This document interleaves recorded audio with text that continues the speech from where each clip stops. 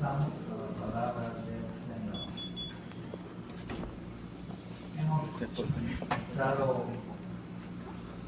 hablando sobre la iglesia, la naturaleza y misión en el mundo. Y hemos visto ya varias facetas y aspectos de eso. Y la semana pasada mencionamos otro aspecto en medio, lo que llamamos cuadros de la iglesia, imágenes y cuadros de la iglesia. Y entre esos hemos visto la iglesia como un barco, se ha mencionado en dos sentidos. La iglesia tiene su contenido, su población interna, está en el mundo, no es del mundo, pero está en el mundo, y ondea arriba y abajo, encima del mar bravío. Pero los que están en el barco están salvos. Y por eso la palabra de Dios ha enseñado que aquellos que creyeron fueron bautizados y fueron añadidos a la iglesia. No conocemos personas en la palabra de Dios salvos que no son parte de la iglesia universal e invisible del Señor. Hay otra dimensión del barco. Un barco es un medio de transporte que baila entre dos destinos. Zarpa de una playa, de una bahía, de una muelle, hacia otro muelle que es su destino. La iglesia está en el mundo, pero no se va a quedar en el mundo. La iglesia, como un barco, está zarpando y atravesando este mundo.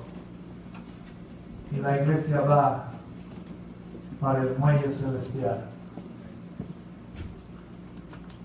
Importante recordar esa dimensión, dos dimensiones, hermanos, para que no nos quedamos demasiado confortables en este mundo, creyendo que esto es todo lo que hay.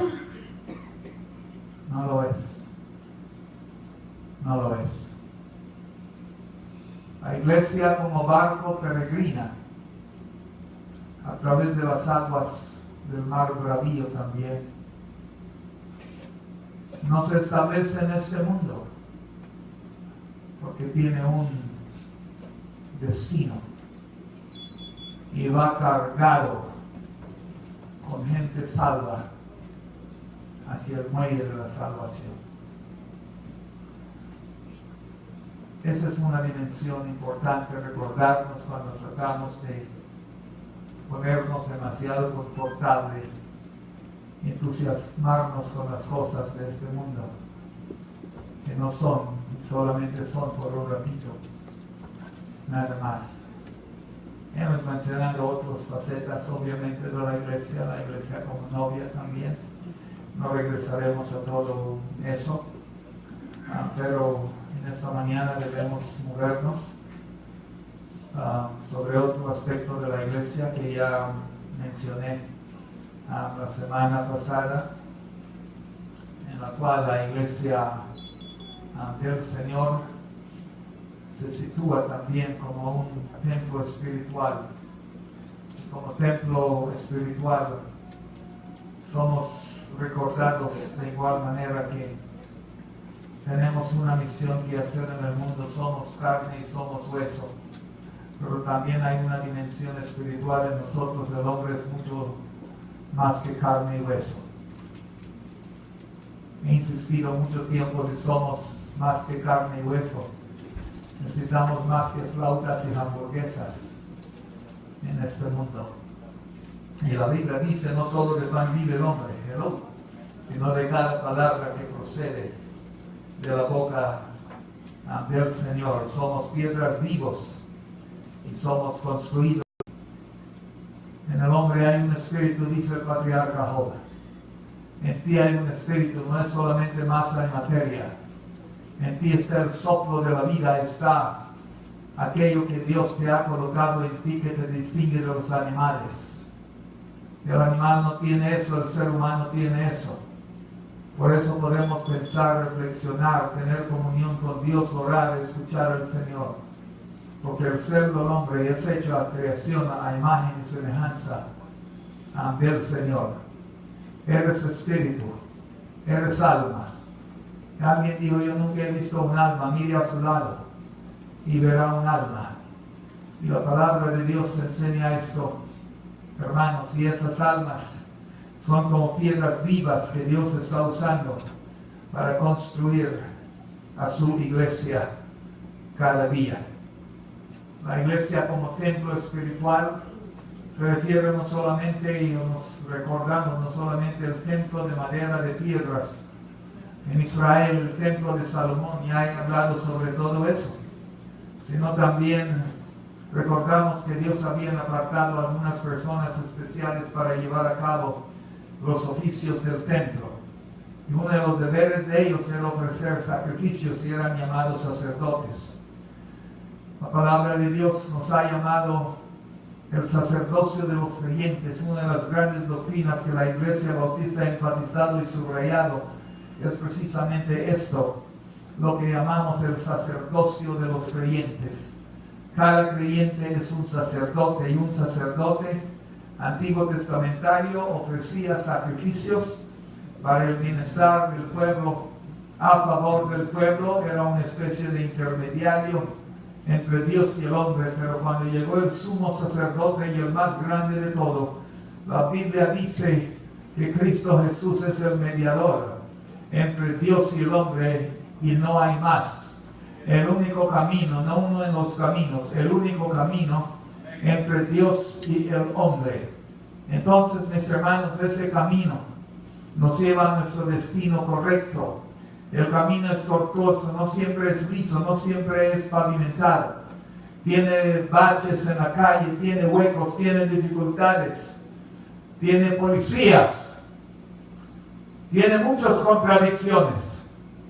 Pero el camino, de todas maneras, es el camino que lleva a la ciudad celestial. Vuelve otra vez a la cabeza el peregrino de John Bunyan, que peregrina en medio de las dificultades. Los animales feroces salen, le asustan. La calle tiene precipicio, pero peregrino está caminando y va para casa. Llegan los desánimos, llegan los amigos o pretendientes de ser amigos.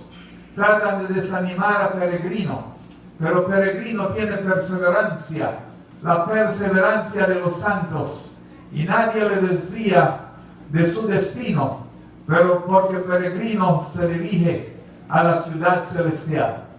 En eso les recordé también que Agustín nos recordó que la ciudad celestial y la ciudad de Dios no es la ciudad de Roma, con sus tremendas contradicciones. No voy a volver a mencionar más de eso, pero el punto que estoy tratando de hacer o demostrar es que la iglesia debe practicar el sacerdocio de los creyentes, y cada creyente debe ofrecer y presentar sacrificios como un sacerdote delante del Señor, hermanos. La iglesia está puesta en el mundo y tiene una misión en el mundo. No maldiga el mundo, no debemos hacer eso. A veces maldicemos al mundo. No. El mundo es el laboratorio de la iglesia, es el lugar donde Dios ha colocado la iglesia. El mundo es el lugar donde la iglesia tiene que trabajar y tiene que laborar. La iglesia está puesta en el mundo para salvar al mundo, para evangelizar al mundo, para ilustrar al mundo. Si no es el mundo, entonces ¿en dónde es? La iglesia tiene una misión fundamental en el mundo. No maldiga la mala política, sea usted una influencia positiva con sus virtudes cristianas de nuestro Señor Jesucristo. Y eso es, sale luz La iglesia como sal endulza la insipidez de este mundo. Como luz ilumina la oscuridad que hay en el mundo. La iglesia marca la dirección. La iglesia es un mapa que da la dirección y señala la dirección de la verdadera vida que todo hombre busca en lo más recóndito de su corazón. He dicho que el mundo necesita a la iglesia y sin la iglesia el mundo no sabe la verdad qué rumbo coger.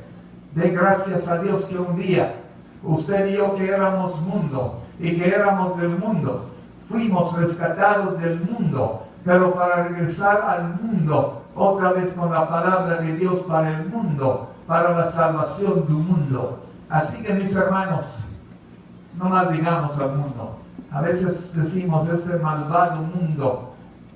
No debemos hablar a veces de esa manera, a menos que usted va a explicar la diferencia. La Biblia mantiene dos diferentes conceptos del mundo. El cosmos, que es el orden de la creación que Dios ha creado. Ese mundo es bueno, el sol, la lluvia, ambos mares, los ríos, las mariposas que admiramos tanto. Ay, qué hermoso paisaje, decimos, qué hermoso esto y lo demás. La sabrosura de los árboles frutales. Eso es parte del mundo. Ese mundo es bueno. Dios creó ese mundo y bendijo ese mundo. Y Dios dijo que ese mundo era bueno. ¿Correcto? Bendijo la creación. Y nosotros también. Hay otro concepto del mundo, que es el mundo moral. Ese es el mundo que se opone a Dios. El mundo que resiste los principios del Señor. El mundo que no se acomoda a la orientación de la palabra del Señor. El mundo que quiere vivir divorciado, independiente de las cosas de Dios para su propia destrucción. Ese es el mundo en el cual nosotros resistimos y la Biblia dice, no somos de ese mundo. Pero en este mundo estamos, por un tiempo, por un rato nada más. Pero nuestro estilo de vida no debe ser de este mundo. Y cuando Dios nos rescató a ti y a mí, hermanos, la Biblia dice que somos nuevas criaturas. No somos lo que fuimos antes, somos diferentes. Por la gracia del Señor, por la bendición del Señor, por la intervención de Dios en nuestra vida. Yo quisiera insistir que la iglesia, usted y yo nunca podemos pagar a la iglesia por el bienestar que ha hecho en nuestra vida. No nos damos cuenta, hermanos, porque no pensamos, no reflejamos sobre eso. La iglesia te ha salvado a ti miles de dólares en muchas maneras. Te ha salvado a ti miles de enfermedades y de dolores de cabeza. Muchos de ustedes tienen sus hijitos en casa, no están en drogas, no están en pandillas. Por la influencia de la iglesia en su familia, usted mismo no está en cosas que te degradan y te destruyen. Tienes paz, termina el culto, va a su casa, come su comida, toma una siesta, tranquila como Camilo. Usted no se ha dado cuenta de la influencia de la iglesia en su vida que ha traído paz, bienestar en su propio hogar, la bendición de la palabra de Dios en su hogar. Cuando esa palabra es recibida, esa palabra tiene beneficio y trae bendiciones. Pero nunca nos damos cuenta de eso, hermanos, porque no nos detenemos para pensar en esas cosas. Y aún así, hay personas que no venimos a la iglesia. No nos damos cuenta que malnutrimos nuestras almas cuando negamos nuestras almas la palabra santa que es del Señor. Por favor, vamos a reevaluar a nosotros mismos y ser agradecido a Dios por su palabra. Y esa palabra no lo cojamos solamente para nosotros mismos. Como sacerdotes tenemos que ministrar a los demás también, hermanos, con esa palabra.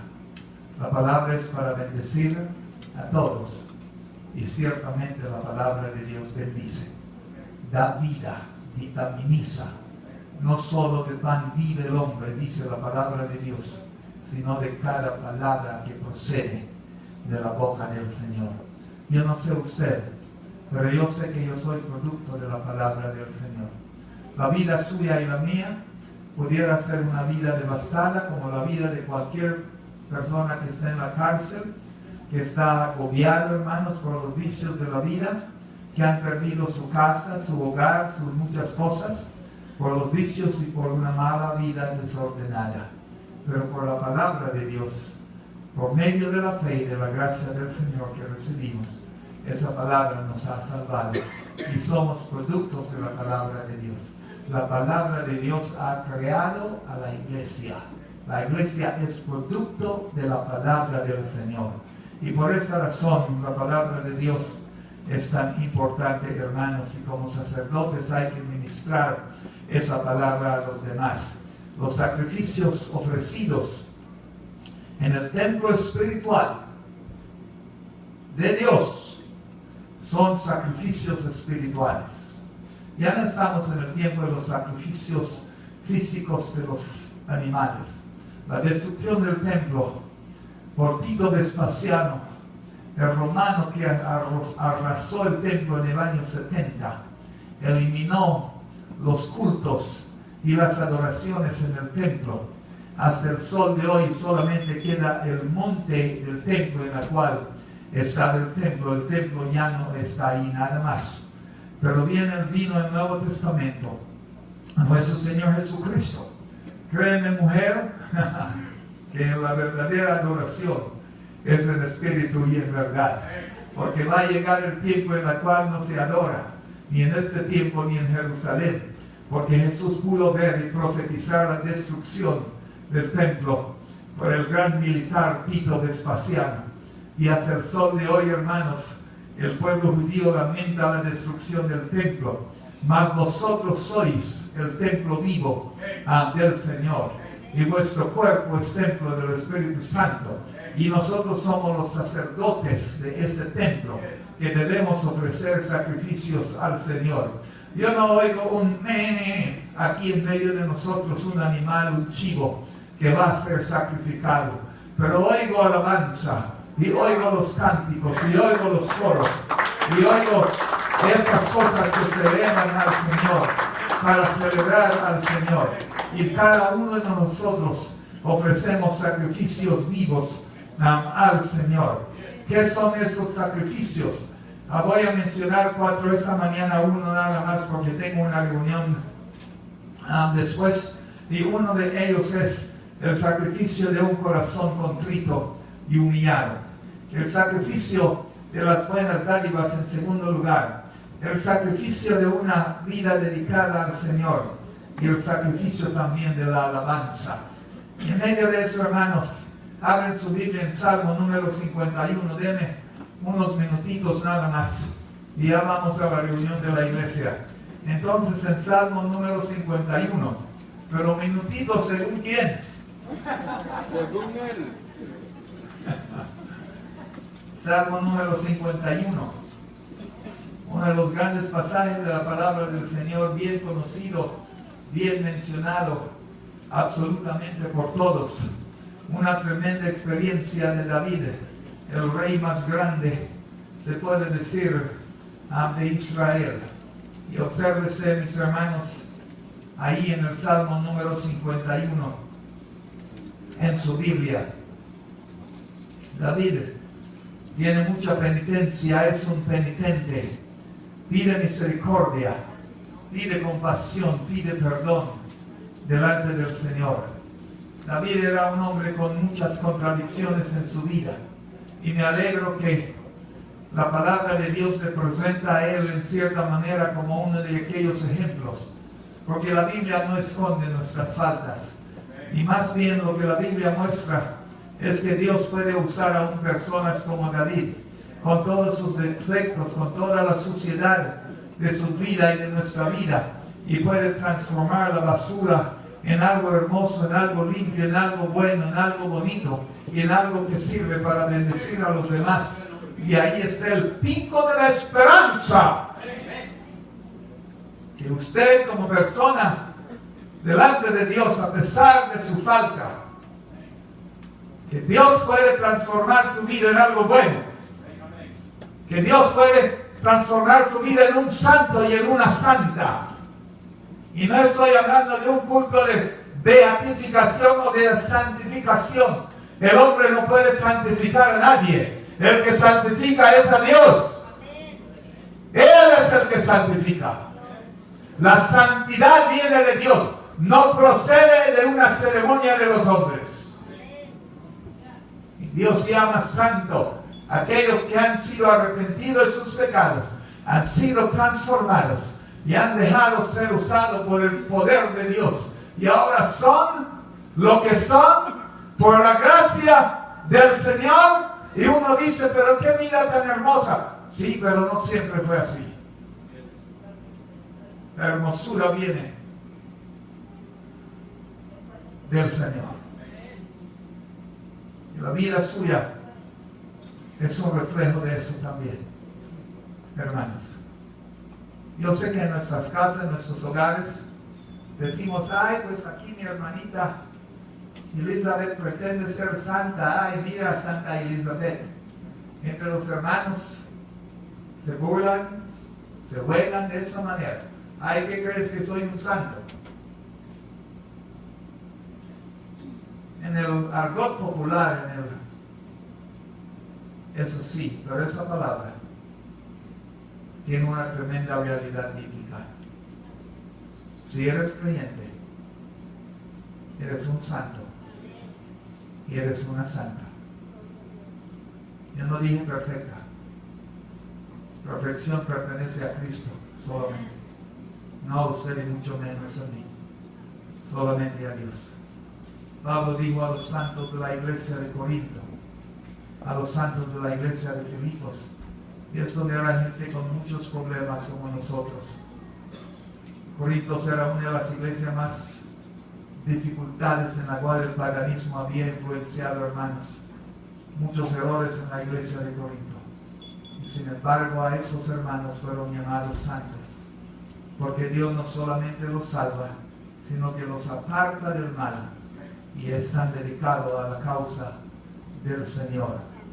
Esa transformación y ese cambio es lo que la Biblia llama santidad.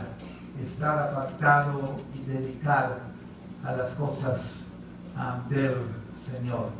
En el paganismo existía lo que llamamos la prostitución santa, porque eran personas o mujeres que estaban apartados y dedicados solamente para ese tipo de actividades dentro de los templos paganos y eran considerados como santas, por el sentido de que la palabra significa apartado y estar dedicado a.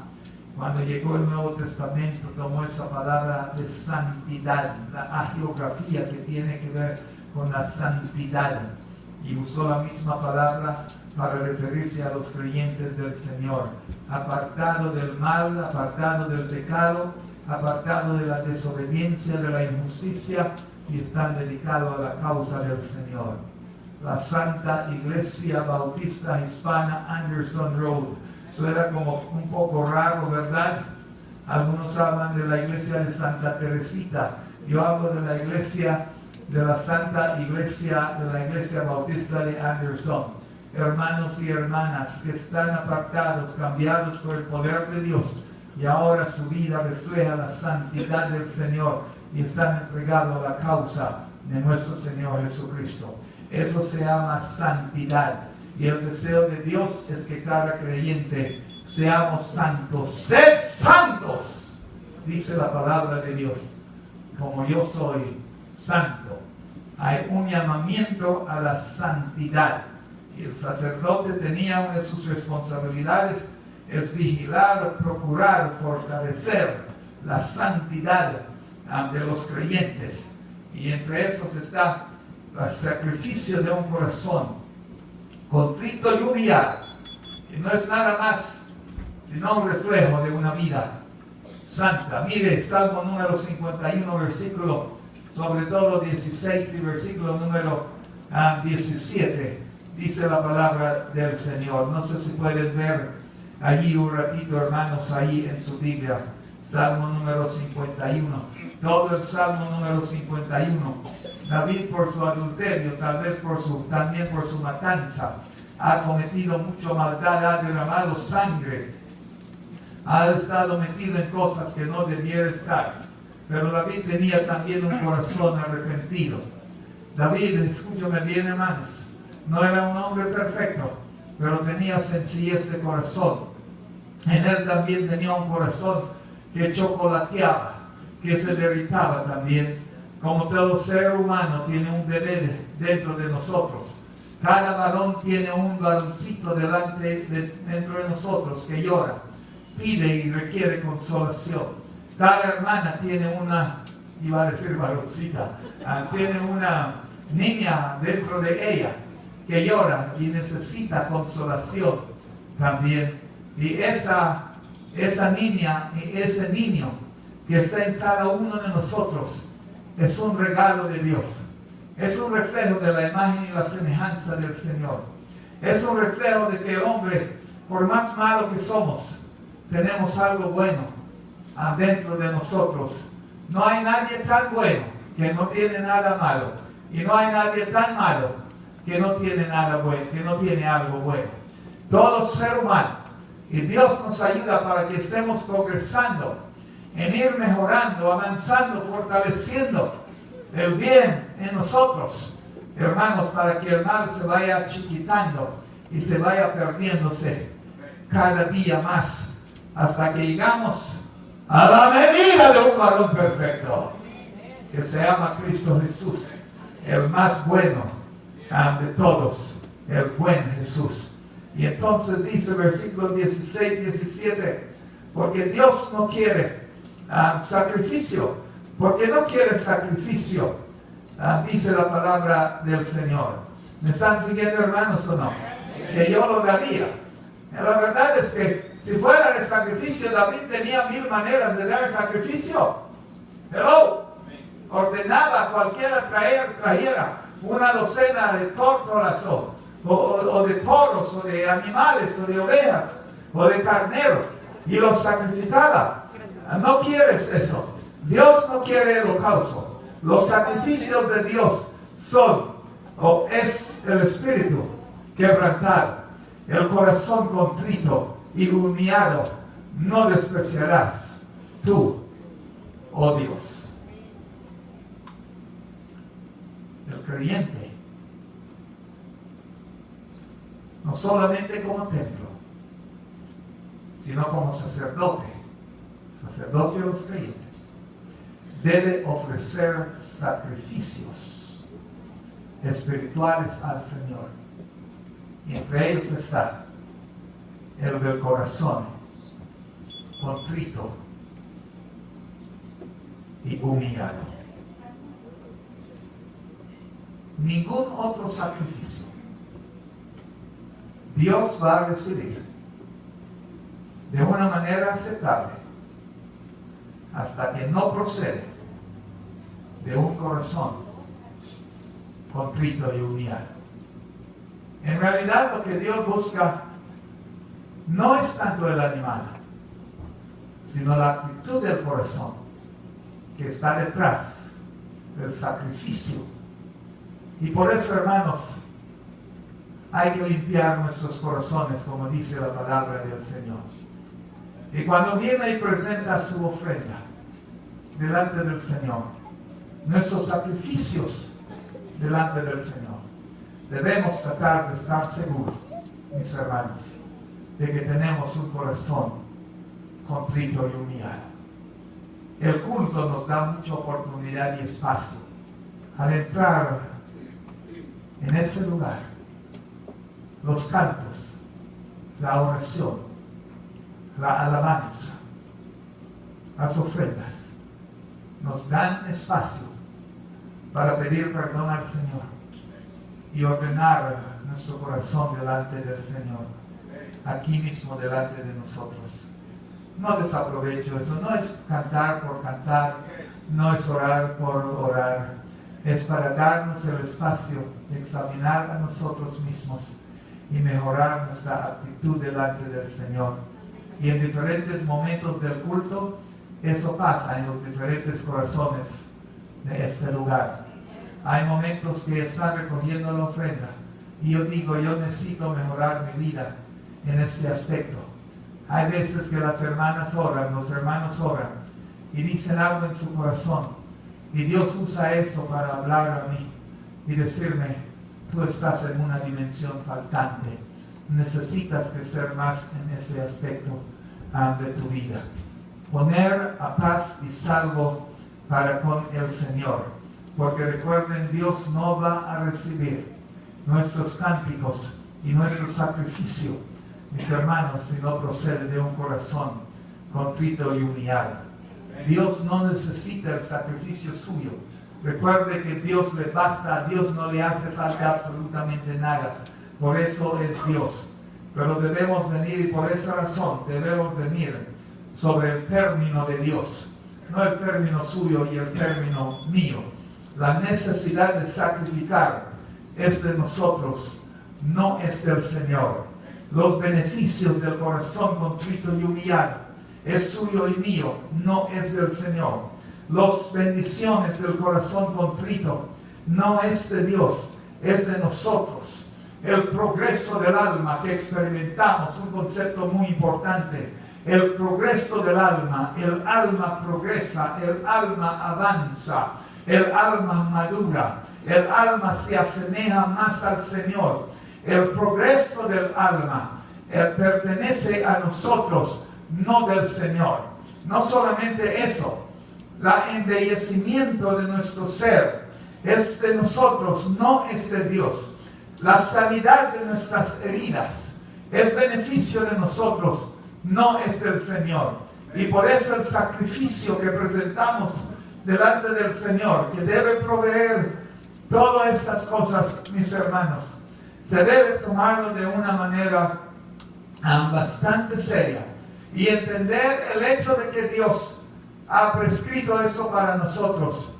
No es nada más sino la expresión del amor y de la gracia del Señor para bendecirnos y hacernos que nos asemejamos más a nuestro Señor Jesucristo. La contrición de nuestro ser y el corazón contrito, la palabra contrición lleva el sentido de dolor. Tiene dos aspectos la palabra en el uso que le damos a la luz de la palabra del Señor. Lleva el sentido de dolor, dolor del alma, por haber ofendido a Dios, por haber faltado delante del Señor.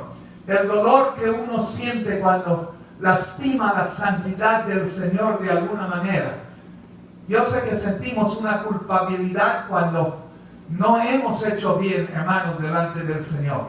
Y si tú no sientes culpabilidad, usted no eres creyente, no ha sido transformado usted todavía. No eres sacerdote, sacerdocio de los creyentes. No eres convertido al Señor. El creyente no puede amañarse del pecado. Faltamos al Señor. Y sabemos que faltamos al Señor. Pero no podemos aplaudir nuestros pecados y sentirnos orgullosos de nuestra falta delante del Señor. El mundo se siente así. Ah, no, yo maté a tanto, tomé tanta cerveza. Y se siente como un tremendo orgullo por eso. No. El creyente no puede hacer eso. Él siente un sentido de estar abatido, lastimado, entristecido. Eso se llama contrición. La palabra contrición del latín contritum lleva el sentido también de arrepentimiento. Sé que he faltado delante del Señor y tengo dentro de mí un sentido de arrepentimiento, que no he hecho bien, que el camino verdadero y el progreso del alma no es por allí. Mi destino no está delante de mí. Tengo que dar la media vuelta e ir por otro lugar. Ven los militares cómo marchan y el director dice: ¡ahí! ¡Izquierda! El pelotón se voltea.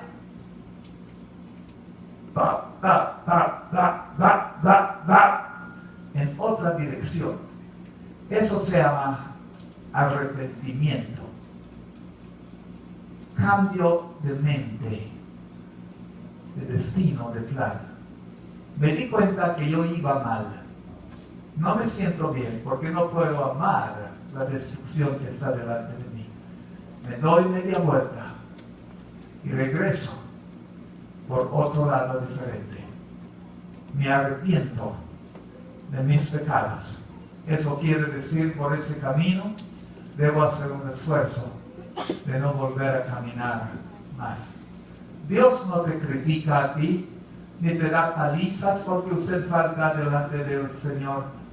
Hermanos, Dios sabe que faltamos y vamos a faltar. Y Dios también está lastimado cuando el creyente peca contra el Señor. Pero nos ha amado con un amor eternal y Dios provee un medio de salida. Y ese medio de salida es el arrepentimiento por medio de la fe en el Señor. Yo creo que Dios me perdona cuando tengo arrepentimiento. Tengo la confianza, confío que el Señor, el amor de Dios me perdona y me restaura. Y yo abrazo eso en el Señor y entonces comienzo otro camino diferente. Es de lo que se llama arrepentimiento. Es parte de la contrición. El corazón contrito y humillado, Dios no va a despreciar. Al contrario, todo lo contrario, es una condición de llegar a la presencia santa del Señor. Y me alegro que uno no tiene que ir a la universidad para tener contrición, hermanos, no tiene que ser graduado para eso. Es simplemente, la contrición es alguien que quiere agradar a Dios y aprovecha que Dios ha proveído maneras y formas para que nosotros podamos agradar al Señor. Para el beneficio de Dios, no. Para el beneficio de nosotros mismos. Porque Dios nos ha amado con amor eternal. No me diga que usted no tiene nadie que te ama. Dios te ama, dice la palabra de Dios, con un amor eternal. Hay alguien que te ama y te ama mejor que cualquier otra persona que te puede amar. Y ese es el Señor. También hay otro aspecto de la contrición, para no serme largo. La contrición lleva el sentido también, hermanos, de un espíritu amable en el corazón. Tener un corazón contrito es algo hermoso y es algo bonito. Huele a humildad. Cuando una persona tiene contrición, tiene humildad, no es difícil llegar a esa persona. Generalmente no son criticones de los demás, porque han aprendido a mirar a ellos mismos primeramente, porque saben que ellos tienen una viga mismo en sus ojos y miran a ellos primeramente. Y hay una, ¿qué tú sientes cuando estás en presencia de alguien que tiene humildad y sencillez? La misma presencia de ellos invita a uno a acercar, abrir su corazón delante de esa persona también. ¿Qué tú sientes cuando estás en presencia de alguien que es orgulloso y arrogante? Hello. ¿Quién quiere estar en presencia de alguien que es altanero de esa manera? Nadie. Uno huye y uno corre cuando encuentran personas así. Y hay gente que somos así. No debemos ser así. Si somos creyentes, no debemos ser así. Nuestra presencia, lo que decimos, debiera de ser una invitación a cofradía, a hermandad, una invitación a amistad, a estar con esa persona. No hay nada más lindo que la amistad, mis hermanos, entre dos almas, dos corazones que se aman y que se quieren. Y obsérvese bien, tiene el sentido, la contrición también de un espíritu amable, de un corazón amable, agradable, y también es aceptable delante del Señor y sabe, delante de los demás también. La iglesia de Anderson necesitamos practicar más esto. Aquí está el amor, pero no hemos graduado en el amor todavía. hay espacios para crecer en el amor los unos a los otros. Alguien me dijo no hace mucho, he puesto mi membresía en este lugar por el amor tangible que veo en esta congregación. No hace mucho alguien también me dijo, es una congregación llena de amor. Y eso honra a Dios en primer lugar.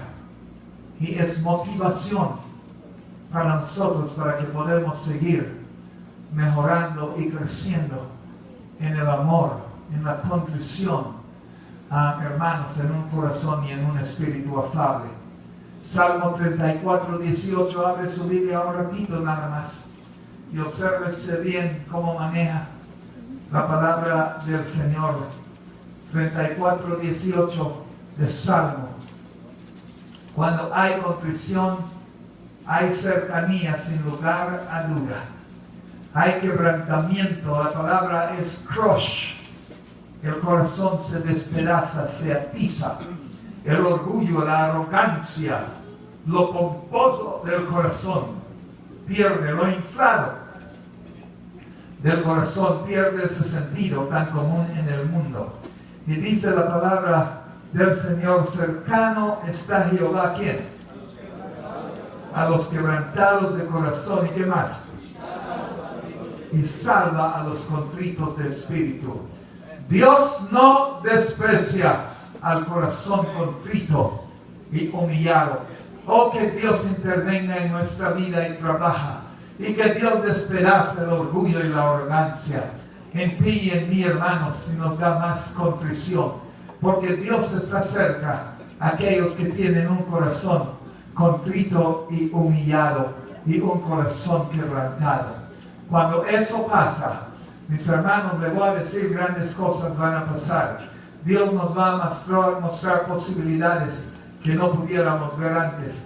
Admiro a los santos de la Edad Media que han hecho tanto esfuerzo, a veces los criticamos, pero tantos esfuerzos de tener esta contrición de corazón de tal manera que han vivido incluso hasta en cuevas para estar seguros que están corriendo del mundanal ruido y estar solamente en la presencia del Señor. A veces reímos de aquellos que le dan latigazo a sus espaldas, y aunque Dios no aprueba eso, le recomienda eso, pero revela de todas maneras un deseo de agradar a Dios y castigar el orgullo y las cosas que hay en nosotros a veces. En la Edad Media las monjas amarraban sus senos para no pecar delante del Señor hasta con alambre de púa, dice la historia. Y uno se ríe de eso a veces, pero revela de todas maneras un sentido de agradar al Señor en lo más recóndito de su corazón. El medio está equivocado, pero cómo agradar a Dios de tal manera que combaten el mismo pecado dentro de su vida. Uno de los grandes pensadores se castró a él mismo, quitó sus propios testículos para estar seguro que no pecara, que no iba a pecar contra el Señor. Dios no nos está pidiendo eso, pero revela de todas maneras un deseo de agradar al Señor y combatir el pecado, el orgullo, la arrogancia, el materialismo a veces, hermanos, en nuestra vida. Y eso se puede rescatar a veces de esas conductas erráticas, extremas que la gente hace, pero el deseo es agradar al Señor y salva a los contritos, obviamente, de espíritu.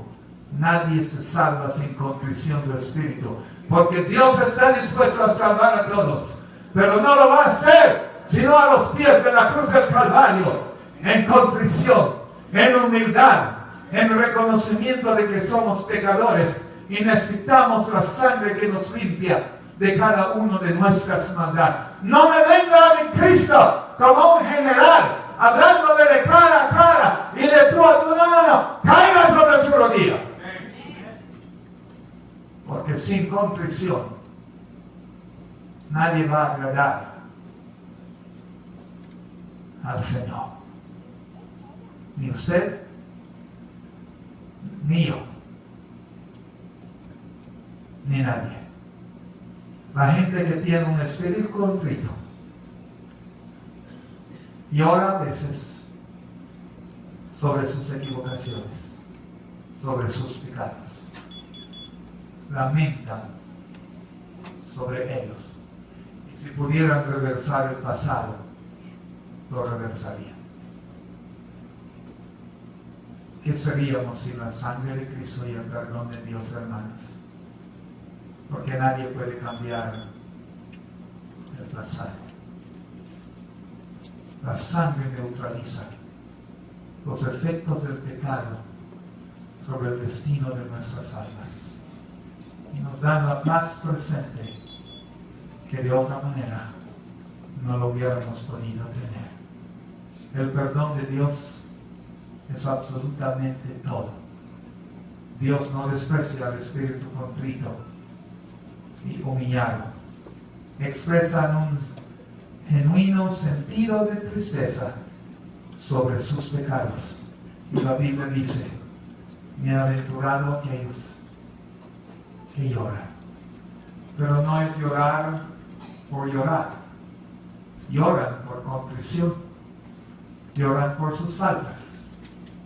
Lloran también porque han de alguna manera dolido el corazón de nuestro Dios. Y el Salmo 51 es un salmo que capta precisamente eso. Un David penitente que pide penitencia. Un David arrepentido, mis hermanos. Ten piedad de mí, oh Dios, conforme no a tu justicia, sino conforme a tu misericordia. A la multitud de tus piedades, borra mis rebeliones. Él cometió grandes faltas en la vida. Usó la espada en gran manera. Cometió adulterio y faltas muy graves. Y otras faltas también. El orgullo y la arrogancia. El rey más importante, digámoslo así. Y sin embargo, vemos a un David que tiene mucho arrepentimiento. Se hace chiquito y se hace un niño cuando llega a la presencia del Señor. Ese es el tipo de sacrificio que nosotros necesitamos ofrecer al Señor. El sacrificio de un corazón contrito. Es el amor y la gracia del Señor que en el corazón contrito y humillado, que se resalta más que todo, más que nuestra contrición. Dios obrando a nuestro favor y llamándonos a venir hacia Él y acercándonos hacia Él cada vez más y llamándonos a hacer sacrificio de un corazón contrito y humillado. La Biblia dice en Números 15:30, el alma que actúa presuntuosamente, orgullosamente, será cortada. Ten cuidado con nuestros orgullos, porque podemos desarrollar orgullo dentro de la iglesia. Soy líder de la iglesia, míreme cómo trabajo, cómo hago esto a los demás, y todo eso tratando de llamar la atención sobre uno mismo. Dios desprecia y vomita eso. Eso no es bueno delante del Señor. Sirve al Señor, pero sirve a Dios con un corazón contrito y humillado, siempre delante del Señor. Mis hermanos, líderes de la iglesia, diáconos de la iglesia, pastores de la iglesia o ministros de la iglesia, contrición de corazón y humildad debe caracterizar nuestro ministrar, nuestro servicio y nuestra manera de proceder en el templo del Dios viviente. Hay un llamamiento a la contrición, a la humildad y a la sencillez, sin la cual no somos aceptos delante del Señor. Nuestra manera de hablar refleja orgullo, un complejo de superioridad sobre los demás. No, es que mi hermanito tal y no sé qué, no sé cuánto. Y me quedo yo como gran persona. ¿Gran persona de qué? No. Dios vomita y desprecia eso, no lo tolera. Y tampoco se acerca. del Señor. Necesitamos tener la presencia de Dios en nuestra vida. El pueblo de Dios, el edificio vivo de Dios, no puede ser edificio de Dios. Y no podemos ofrecer sacrificio sin la presencia de Dios en nuestra vida. Y saben, hermanos, esto es algo hermoso y bonito, porque quiero que me escuchen bien lo que voy a decir. Cuando tenemos algo de eso en nuestra vida, tenemos una idea más clara de lo que fue Adán y Eva antes de pecar. La santidad del creyente, su humildad y su sencillez refleja el ser pristino, no manchado y virginal de lo que fue Adán y Eva, sin maldad alguna, sin miedo, delante del Señor. Y yo sé que Dios se acerca a los que tienen contrición de corazón, porque la Biblia dice, y Jehová Dios caminaba con él en la sombra de la tarde, en amistad, y había entre ellos armonía y paz en el valle, de tal manera que contaminó al mundo animal también, en la cual podían conducir a la fiera, del león, del oso, sin ser mordido antes del pecado. Pero más que todo, nos parecemos más a nuestro Señor Jesucristo. La iglesia tiene que ir cambiando de aspecto e ir pareciendo más, no a su papá y a su mamá, sino más a nuestro Señor Jesucristo. No solamente aquí, hermanos, en su casa. Esposos, hagamos un esfuerzo de ser un Cristo en su hogar, de amar, de cultivar al vaso más frágil en nuestra vida. Ser más atento. El rufián es despreciado y vomitado. Usted no lo sabe porque ella te tiene miedo. Y el amor, dice la Biblia, echa fuera el temor. No es bueno. Tiene que ser reflejado en la dimensión matrimonial. Todo santo y santa puede ser eso. Damas, de igual manera, y esposas. Tienes que expresar más su amor para su esposo. Cuidarlo un poquito más.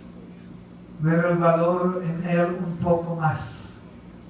Porque tú te pareces más también al Señor Jesucristo. Por tu santidad. Eso contamina a los niños. Y ellos también son motivados a imitar y amar la santidad. Por eso necesitamos la misericordia del Señor y la piedad del Señor. Tú no necesitas la justicia de Dios, porque por su justicia somos eliminados.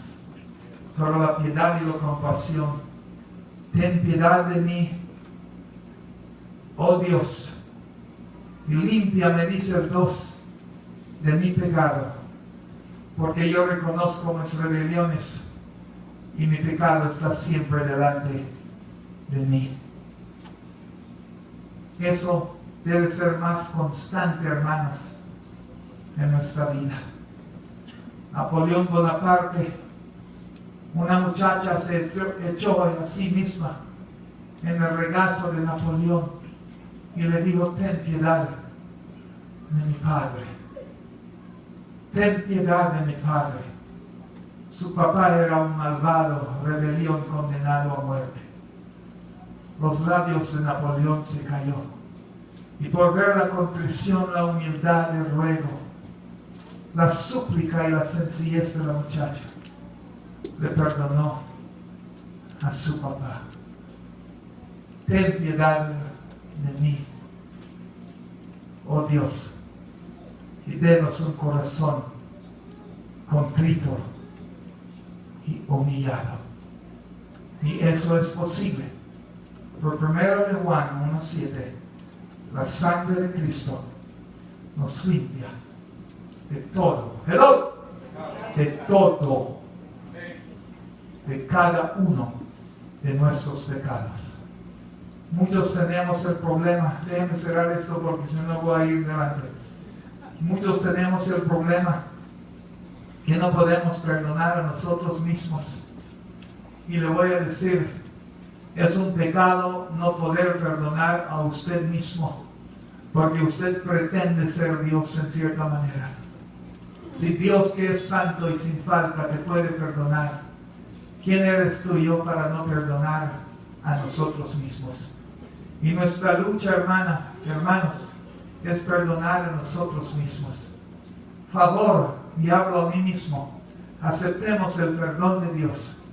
Perdonemos a nosotros mismos nuestras faltas que hemos cometido en el pasado, porque solo así podemos también perdonar a los demás. Ten piedad de mí, oh Dios, y ayúdame a perdonar también a mí mismo, como también a los demás. Y cuando hay un corazón contrito y humillado, eso es muy posible en Él, Señor. Cierren sus ojos.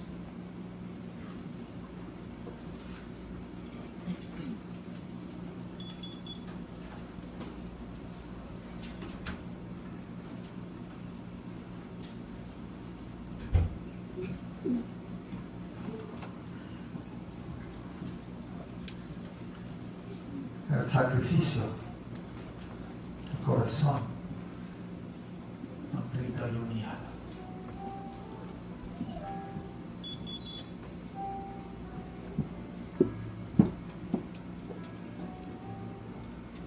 Esta mañana, no sé si alguna vez ha abierto su corazón a Cristo, si ha recibido al Señor, pero ahora tiene la oportunidad, bendita oportunidad. Cierre su ojo y mire a usted mismo. Si este día usted se muriera, ¿dónde iría usted? La Biblia dice dos destinos: el cielo y el infierno, salvación y perdición, Cristo y el demonio. Te das cuenta que Dios te ama, por eso te quiere salvar. Y esta mañana prefiera amigo y amiga de salvación. Dígale: Señor Jesús, soy un pecador en necesidad de tu salvación. Sin ti salvo no soy. Y esta mañana te recibo como Señor y Salvador para la salvación de mi alma. Si este es su deseo, es un deseo bueno. Y quiero pedir que el Señor te dé la gracia esta mañana de abrir ese corazón. Estas son las palabras: Señor Jesús, vengo a ti. Perdóname, Cristo. Abro mi corazón. Te recibo ahora como mi Señor y mi Salvador. Si has hecho esa oración, y has dicho estas palabras de una manera sincera, puedo ver tu mano. Te pido levantar su mano si has hecho esta confesión a Cristo esta mañana.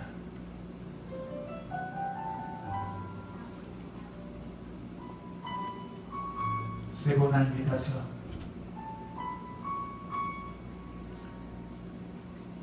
esta mañana no tengo una iglesia que puedo llamar mi iglesia. Hace tiempo no he estado asistiendo, pero el Señor en mi corazón me ha indicado que la iglesia de Anderson debe ser mi iglesia. Y quiero venir hoy pidiendo membresía en la congregación.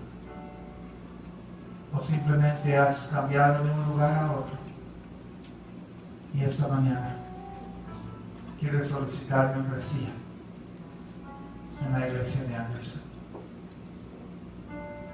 Si este es el deseo de su corazón y siente lo que Dios te ha dirigido a hacer eso, puedo ver tu mano. Sí, hermana, puede bajar su mano. ¿Alguien más? Tercera invitación. Ya recibí a Cristo y no he sido bautizado. Pero esta mañana el Espíritu Santo me ha indicado que estoy en desobediencia. Y vengo para obedecer al Señor a través del bautismo. Puedo ver su mano. Si esto describe a usted. Muy bien. Gracias, hermanos. Mi Padre, te damos gracias en esta mañana por tu palabra que nos motiva a ascender y a crecer a la manera de la medida de un varón perfecto que es Cristo Jesús. Le ruego que nos ayude para que podamos progresar en un corazón contrito y humillado, mi Padre, delante de ti. Como iglesia, permítanos, Señor, practicar el sacrificio espiritual de un corazón contrito y humillado. Nos hace falta y necesitamos seguir caminando en la sombra de un varón perfecto que se llama Cristo Jesús, el hombre de Galilea. Bendice tu iglesia y rogamos por el progreso de Anderson. En el nombre del Señor oramos con acción de gracias. Amén. Pedir que la iglesia se quede un ratito, no se vayan, hermanos, no les vamos a demorar mucho tiempo.